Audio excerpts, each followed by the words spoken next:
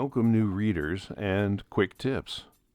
Well, I was going to continue with the discussion on plugins that I started last time, but we have a whole bunch of new readers that joined over the weekend, so I wanted to take the opportunity to share a few things that came up as a result. More on plugins in the next installment. First and best, welcome to new readers.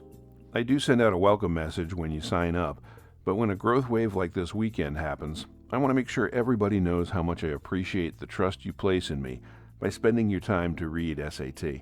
I hope you find it to be time well spent and beneficial to your Audacity career. The other thing that happened over the weekend was the arrival of quite a few questions from readers. Interestingly, several of them centered around the same fundamental issue. What do I do when Audacity looks weird? This may sound like a funny question, especially if you've been using Audacity for a long time, but it comes from exactly the frame of mind that caused me to start Stuart's Audacity tips. Audacity is a great tool, but especially when you're learning it, it can sometimes throw you by changing the way the interface around the waveform looks. When this happens, you don't see what you're accustomed to seeing, and that's disconcerting. Fortunately, most of the time when this happens, it just means that you may have a tool selected other than the selection tool. Since most of us spend 90% or more of our time working with the selection tool, the other tool's interfaces can look weird.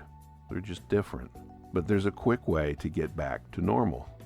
Hit F1. As one of the tools in the main group that I call the Big Six, the selection tool has an F key shortcut assigned to it. The Big Six are all selectable by F1 through F6 respectively.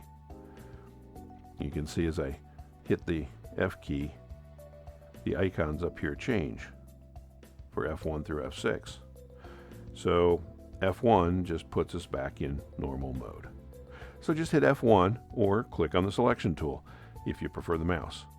Most of the time, this gets everything back to what you're used to. Another question I had this week was about the thin yellow border that appears around the track display, as seen here. Here's a couple of tracks, and you can see that this thin yellow border that's around the top track, that just means that that track is currently active. If I click the other track, it will get the yellow border since it's the active one. If you record a couple of short tracks and then click on one and the other a few times, you'll quickly get used to it. Note, sometimes you might try to perform an action and Audacity will give a message that says a track must be active for that action to be performed.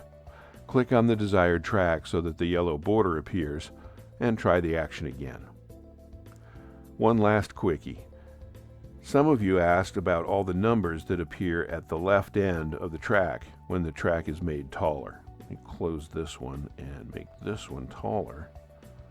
And you can see all those numbers that appear down the left side of the track here. You can see that the taller track has more numbers. These are just increments between 0 at the center of the track and plus or minus 1 at the top and bottom of the track, respectively. In default view, 0.5 is the only increment displayed between 0 and 1, but with the taller track, more increments can be displayed, so Audacity does that automatically. It doesn't affect anything other than how much information you see. So if we make the track shorter, you can see that 0.5 is the only number that shows on the scale. But if we make it taller, then there's more room for Audacity to show more numbers and more precision in the scale. So 0.5 is in the middle, and we get to see the other tenth increments. Right. So I hope those quickies help out, and we'll get back to some more talk about plugins next time. If you ever have any questions about Audacity, shoot an email my way at stuart.gofi@gmail.com. Someone else is bound to be curious about the same thing.